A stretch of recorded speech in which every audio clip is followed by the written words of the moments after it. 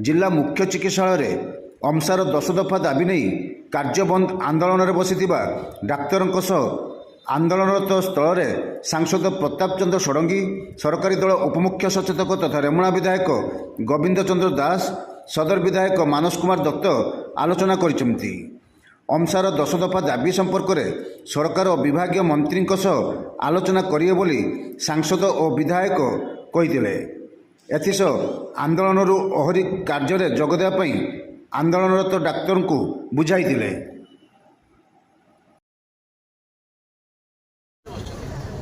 Secretary कहली से कहते आमको चिठी कर आलोचना कर चिठी खाली मेल भी करदे संगे संगे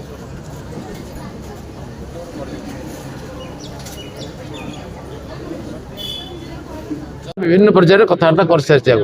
ये मंत्री सहित 2-3 थर कथा एम बर्तमान राजी हेले जे आंदोलन उठेदेवे अनकंडीशनाली केवल गोटे मीटिंग चिठी करेंगे सरकार। मंत्री कहले मो अधघंटे भितर चिठी कर पठाऊँ एम कहे सागे सागे उठीजु रोगी को सेवार जय बर्तमान गोटे मानवीय समस्या जोरदार है रोगी मान चिकित्सा हो पार सब पोस्टमार्टम होवार असुविधा होती